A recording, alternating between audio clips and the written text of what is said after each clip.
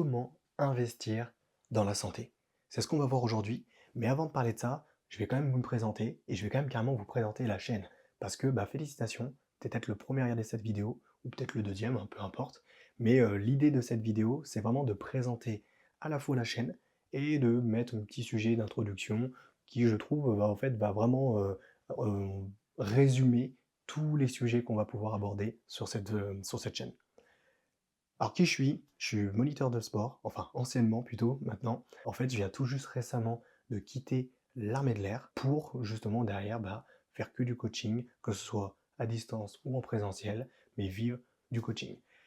Avant ça, j'ai passé un diplôme de coach avant de rentrer dans l'armée et j'ai aussi toujours fait du sport. Pendant 4 ans, dès l'âge de 4 ans, pardon, j'ai fait 17 ans de natation, beaucoup de tennis, beaucoup de basket, du ski, bref, j'ai touché à tout. Et comme je l'ai dit, j'ai passé ensuite mes diplômes de maître nageur et de coach sportif, et ensuite je suis rentré dans l'armée de l'air pour être moniteur de sport. Ça fait maintenant 8 ans que je suis dans le monde du coaching, et franchement, je ne pense pas avoir tout vu, parce que c'est même sûr et certain que j'ai rien vu, presque quasiment, mais tout ce que j'ai vu, c'était incroyable. Énormément de choses, énormément de méthodes différentes, que ce soit pour apprendre à justement la partie nutrition, les méthodes d'entraînement, la gestion du stress, l'optimisation de son potentiel au niveau de sa tête, qui est justement la partie mentale, qui est très importante. Bref, plein de choses qu'on reverra d'ailleurs sur le compte. L'idée aussi de cette chaîne, comme tu as pu le voir, il y aura très peu de montage pour la simple et bonne raison que l'objectif c'est d'être le plus réactif possible dans justement les contenus pour les sortir les vidéos. Et vu que je suis pas monteur vidéo et que j'en ai pas, en tout cas pas pour l'instant, je préfère être beaucoup plus réactif que d'avoir des vidéos ultra bien montées, quali pour l'instant.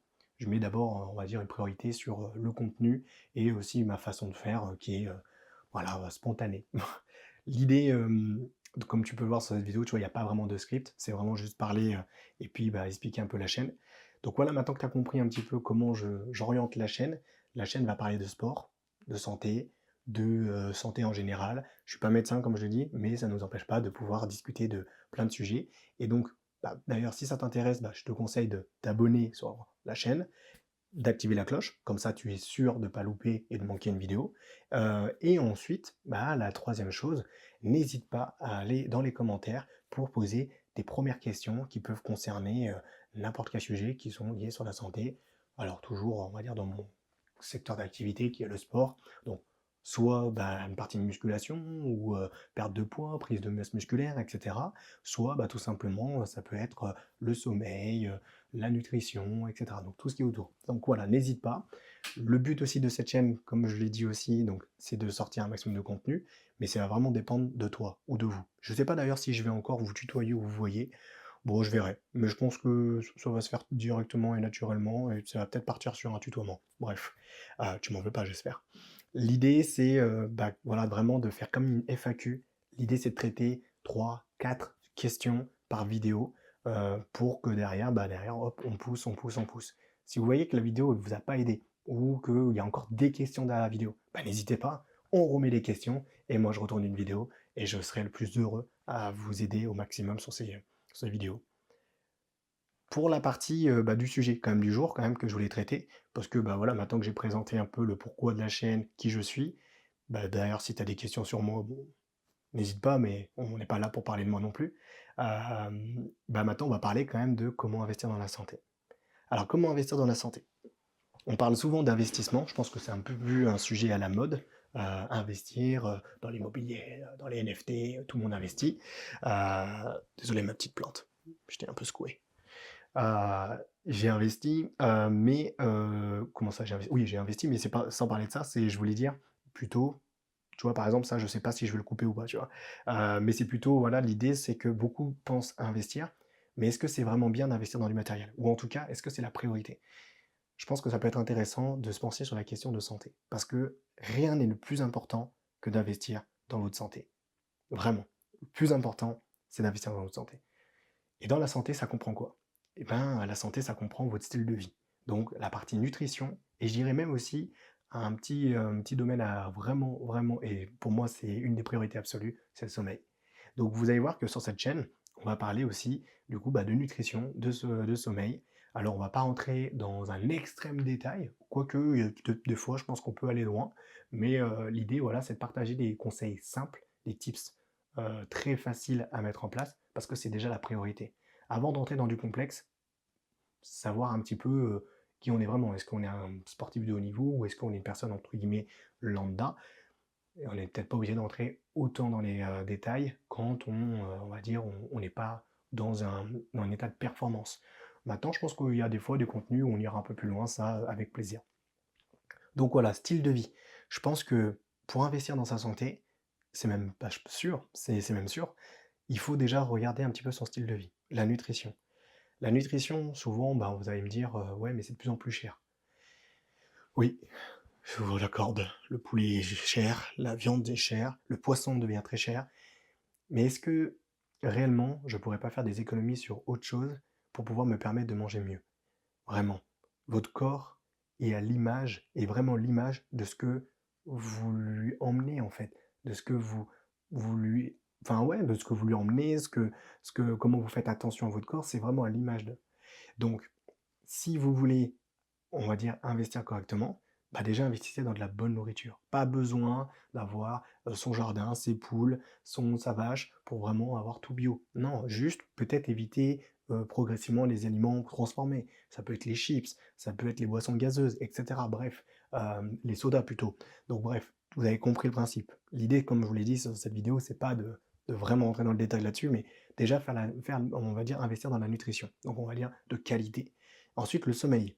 Le sommeil, bah, toujours pourquoi dans le style de vie? Bah, parce que la plupart des gens, ils me disent: «Oui, Will, je veux perdre du poids ou je veux prendre du muscle», mais leur sommeil, il est éclaté. Mais vraiment là, je le parle, sincèrement et peut-être un peu trash, mais il est éclaté. Quand vous dormez 5 heures par nuit et que vous me dites: «Non, non, mais moi je suis quelqu'un qui dort pas beaucoup», oui, mais tu ne peux pas amener, entre guillemets, «correctement» une bonne prise de masse musculaire ou même tout simplement une bonne perte de poids. Parce que à cause d'un mauvais sommeil, et ben, il se passe des choses dans le corps. Et on va pas rentrer là-dedans, mais vous créez un stress qui va derrière engendrer plein de choses. Et donc c'est pour cette raison-là que si vous voulez créer du muscle, il faut que votre corps se repose pour pouvoir créer du muscle. Et pareil, si vous voulez perdre du poids, il faut que votre corps se repose pour pouvoir justement éliminer ce qu'il doit éliminer. Bref, donc il y a des processus qui se passent au niveau bah, dans le corps. Si je vais y arriver, si vous perdez ce côté de il y a des choses qui se passent dans le corps.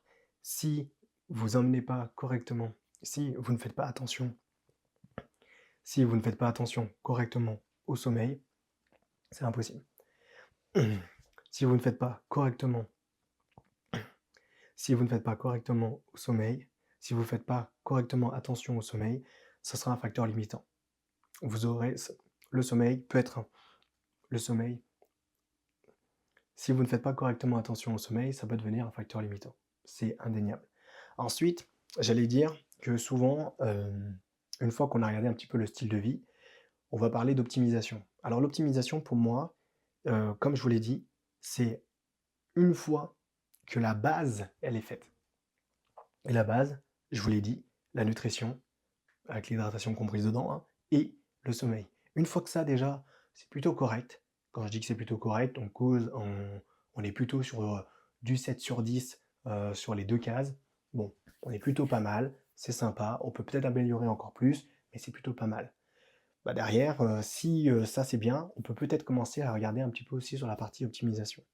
Et optimisation, je dirais que bah, la santé, c'est bien. Il y a la santé biologique, ce qu'on apporte, mais il va y avoir aussi la santé mentale. Et oui, et je la mets en deuxième position, et c'est même quelque chose que je pourrais mettre en première position, mais on va dire c'est interdépendant. Donc, la santé mentale, pour moi, est très très important. Vous ne pouvez pas demander à votre corps quelque chose de positif, qui pourrait se passer de positif, ou une transformation physique, que ce soit dans les pertes de poids ou une prise de masse, si derrière votre santé mentale, elle n'est pas bonne. En tout cas, ça sera aussi un facteur limitant, et un gros facteur limitant. Votre mindset, il doit être solide. Et ça, bah, comme vous avez pu le voir, c'est la grande mode aujourd'hui, le développement personnel. Alors, je l'aime bien ce mot, il n'y a aucun problème là-dessus. Le seul truc, c'est que le développement personnel, c'est pas juste regarder une vidéo, lire un livre. Le développement personnel, ça veut dire qu'une fois que vous avez des tips, des outils il faut tout de suite les mettre en place. C'est comme en musculation. J'ai énormément d'amis qui s'y connaissent en musculation. Ils ont, on va dire, les premières règles. Pour perdre du poids, il faut être en déficit calorique. Pour prendre du muscle, il faut être proche de l'échec ou à l'échec et avoir justement une surcharge progressive. Super. Mais ça, voilà. Et après, ils ont plein d'autres trucs, hein. Ils ont plein d'autres petits tips, mais il y en a plein. Ils me disent, mais je le fais pas pour autant. Ou je le fais trop vite, ou je le fais pas assez longtemps, ou je suis pas régulier. Bref. Donc, c'est pour ça que je dis souvent, c'est bien, tu développes personnellement, mais il faut tout de suite passer à l'action. C'est pas en regardant une vidéo de prise de masse musculaire que tu vas prendre du muscle. Il faut que tu passes à l'action et que tu persévères, tu persévères, tu persévères. Et bien c'est pareil pour le développement personnel. Oui, tu as regardé une vidéo, oui, tu as écouté, tu as lu un livre, pardon, ou tu as écouté un podcast, mais derrière, il faut passer à l'action. Il faut mettre en place les outils que tu as pu justement apprendre. Et c'est pour ça que le développement personnel, il est très, comment dire, c'est quelque chose de pas très tangible à la fois. Et je dirais que, voilà, un petit attention à, je regarde des vidéos, oui, je me développe personnellement. Oui, mais qu'est-ce que tu as mis en place? Est-ce que tu as quelque chose qui te permet de savoir si tu as évolué ou pas? Est-ce que tu as un truc qui est quantitatif? Voilà, parce que par exemple, mes perfs en musculation, je regarde avant, je regarde après, je sais si j'ai progressé ou pas. Mais en développement personnel, est-ce que tu as regardé où tu es parti? Est-ce que tu as noté de comment tu étais dans ton état d'esprit, de comment tu étais quand comment tu ressentais les choses sur tel et tel événement? Et aujourd'hui, quand tu as cet événement-là, comment tu le ressens? Comment tu le vis? Est-ce que tu sens qu'il y a un gap ou pas? Et ça, beaucoup les gens, ils l'ont un petit peu moins. Ceux qui le font très très bien, ceux qui ne le font pas, bah voilà maintenant pourquoi ça ne fonctionne pas forcément. Et ben voilà, la santé mentale, je trouve que c'est effectivement un super investissement aussi. Parce que dans la santé mentale, vous allez avoir donc la gestion du stress, qu'on utilise beaucoup pour justement les pilotes de l'armée française, ou même dans d'autres postes, hein, tous les postes, les cadres supérieurs ou les chefs d'entreprise, tous les gros postes avec beaucoup de stress, ou peut-être même d'autres métiers qui ne sont pas forcément des postes entre guillemets hiérarchiques, mais des métiers où il y a du stress, il y a de la pression, la gestion du stress est très importante. Et pourquoi je la mettrais dans le mindset? Parce que pour apprendre à gérer son stress, il y a beaucoup de choses qui gravitent autour de mais comment tu perçois les choses et du coup comment ça t'amène à ce niveau de stress. Je ne sais pas si ça vous est déjà arrivé, il y a toujours un ami qui réagit pas du tout de la même manière, ou une pote ou un pote, bref, qui réagit pas du tout de la même manière au même événement. Il y a quelqu'un qui il a perdu ses clés, c'est waouh, j'ai perdu mes clés, qu'est-ce que je vais faire? Oh là, je panique. Et tu as une autre personne qui est à côté qui va dire oh, j'ai perdu mes clés. Bon, bah écoute, ça doit être dans mon sac, je vais voir, attends, oh là là, bref. Mais il réagit pas du tout pareil, il est pas du tout explosif. Et il y en a d'autres derrière, ils vont carrément être dans le bah, c'est pas grave, je vais en faire d'autres. Donc voilà. Donc il y a toujours les extrêmes, mais ça n'empêche que pourquoi il y a des gens qui sont pas du tout réceptifs au même niveau de stress, ou du moins ils sont pas réceptifs le même événement. Et ben, ou non, je vais la refaire encore une fois. Pourquoi plutôt il y a des gens qui ne réagissent pas de la même manière à un événement qui peut être en commun? Et bien pour la simple et bonne raison qu'on n'a pas le même passé on a sur la partie psychologique et on n'a pas eu les mêmes codes, les mêmes réactions, on n'a pas eu la même éducation. Bref, il y a plein de choses qui rentrent en compte. Alors, je suis un coach sportif, mais je ne suis pas un psychologue, hein, mais ça n'empêche qu'il y a une partie psychologique que les coachs sportifs doivent développer. Il y a une partie dans la compréhension de la psychologie humaine que les coachs sportifs doivent développer. Parce que c'est en lien. Il y a des personnes qui veulent perdre du poids, parce que moi je suis expert dans la perte de poids, euh, mais en fait, s'ils veulent perdre du poids, il y a des choses à travailler dans la tête. Je ne suis pas psychologue, mais par contre, si moi je ne comprends pas comment la personne fonctionne dans sa tête, ça va être compliqué d'appliquer derrière un bon programme et un bon suivi. Et c'est pour cette raison-là qu'en tant que coach, et là je fais appel à tous les coachs sportifs qui pourraient voir cette vidéo, travaillez aussi la dimension psychologique de vos clients. Voilà. Sans parler d'être psychologue, si vous n'êtes pas psychologue ou si c'est quelque chose que vous ne maîtrisez pas ou que tout simplement vous ne sentez pas à l'aise plutôt, parce que vous ne pouvez pas maîtriser, vous n'avez pas passé les études là-dessus et tout ça, mais bref, si vous n'êtes pas à l'aise là-dessus, bon bah n'hésitez pas à demander au client, bah n'hésite pas peut-être à aller voir un psychologue, une psychologue, etc. pour essayer d'aller plus loin. Mais ça n'empêche que moi, mes clients, j'ai toujours une petite partie psychologique, à la limite de je ne suis pas psychologue, encore une fois. Mais il y a une partie psychologique qui est hyper importante. Comme avec les athlètes de haut niveau, la préparation mentale, c'est très très important, mais Est-ce qu'un préparateur mental n'a pas un aspect aussi psychologique? Oui. Par contre, à un moment donné, oui, la frontière est fine entre le psychologue et le préparateur mental. Parfois, la frontière est fine, mais pourtant, il y a une frontière. Et c'est à là où, entre guillemets, l'intelligence de l'individu que vous avez en face de vous, donc je parlerai du coach ou préparateur mental, du psychologue, à dire, bon bah non, ça c'est ma partie, ça c'est ma partie, mais bref, c'est un autre débat. Mais tout ça pour dire que votre développement personnel, il est hyper important, et c'est pour cette raison-là que dans mes coachings, on l'aborde beaucoup, le développement personnel. Gestion du stress, il y a d'autres choses qu'on va aller voir aussi. On va aller voir aussi la partie, bah, du coup, d'améliorer l'estime de soi, parce que toujours dans la partie mindset, bah ouais, comment toi tu te vois, comment toi tu te situes, comment tu te trouves, etc. Donc il y a tout un travail aussi là-dessus. C'est bien beau d'avoir des abdos, mais c'est pas que ça qui va faire que tu vas avoir une bonne estime de toi. Pourquoi? Parce que c'est plus facile d'avoir une estime de soi, pardon, qui est élevée, ou du moins de la travailler dans le plan vraiment psychologique, et se détacher du physique, parce que lorsque le physique il est atteint, si la base psychologique elle est pas forte, elle n'est pas assez solide, bah, tout s'écroule. Le jour où je perds mes abdos, est-ce que je suis quelqu'un de moins bien qu'avant? Bah, c'est à moi justement de travailler sur cet aspect-là. Oui, je veux garder mes abdos, mais est-ce que si je ne les ai pas, je suis quelqu'un de moins bien? Oui et non. Et c'est là-dessus où je pense qu'il faut aussi travailler, donc la partie estime de soi, et vraiment de se décorréler vraiment de la partie physique. Et ensuite, je dirais, toujours sur un peu le mindset, bah, la capacité à prioriser. La plupart du temps, on va avoir des objectifs de santé ou d'autres objectifs professionnels, etc. Mais on ne priorise pas. Et c'est pour ça que derrière, dans mon coaching, j'apprends aux gens à trouver des priorités. Oui, tu vas avoir la priorité des enfants, la priorité de la famille, ce qui est normal, priorité peut-être du travail, priorité peut-être personnelle. Mais à un moment donné, tu ne peux pas avoir 5 priorités. Comme dans la journée, tu ne peux pas avoir 10 objectifs. Tu ne peux pas me dire, aujourd'hui, j'ai 10 objectifs à faire. Je dois emmener mon enfant à l'école, je dois faire ci, je dois faire ça, je dois faire... Oh, t'as trop de tâches là. C'est quoi tes vrais objectifs? Vrais objectifs de la journée, vrais objectifs de la semaine, tes vrais objectifs du mois. Et quand je dis tes, je dirais plutôt ton objectif du mois, ton objectif de la semaine, et on va dire 2 à 3 objectifs grand maximum de la journée. Maximum. Et c'est là, une fois qu'on a compris que prioriser bah, permet aussi de travailler un mindset qui est beaucoup plus allégé. Parce qu'on commence à se mettre des visières et se dire, bon bah voilà, c'est là qu'il c'est là-bas ma direction. Et donc une fois qu'on a travaillé ça, bah, donc le mindset, on le développe, on développe le lifestyle, super. Et ben là, on va pouvoir, toujours dans le lifestyle, je dirais, mais je le mets dans une autre partie, c'est la troisième, bah, c'est la méthodologie d'entraînement. Qu'est-ce qu'on va mettre dans vos entraînements? Est-ce que ça va être du poids de corps? Est-ce que ça va être de la musculation? Quels sont les outils qu'on va utiliser, les différentes méthodes qu'on va utiliser pour pour partir d'un point A et arriver à un point B? Donc ça peut être de perte de poids, prise de masse musculaire, développement physique pour une performance, bref, peu importe, mais il faut avoir une méthodologie d'entraînement.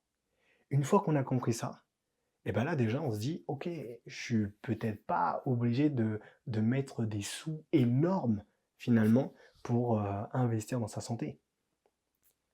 Mais on investit tous un minimum dans sa santé. Maintenant, c'est comment on le fait. On a tous un abonnement, je pense, à la salle, ou on a tous pris déjà un abonnement à la salle, que ce soit Basic Fit, peu importe les marques et les franchises. On a tous pris un abonnement peut-être de sport sur une application, très intéressant, mais est-ce que vraiment sur la durée ça tient? D'ailleurs, pourquoi ça ne tient pas? Et pourquoi, pareil, un abonnement à la salle, des fois ça ne tient pas? Bah, pour la simple et bonne raison, bah, vous n'avez pas trouvé votre suivi.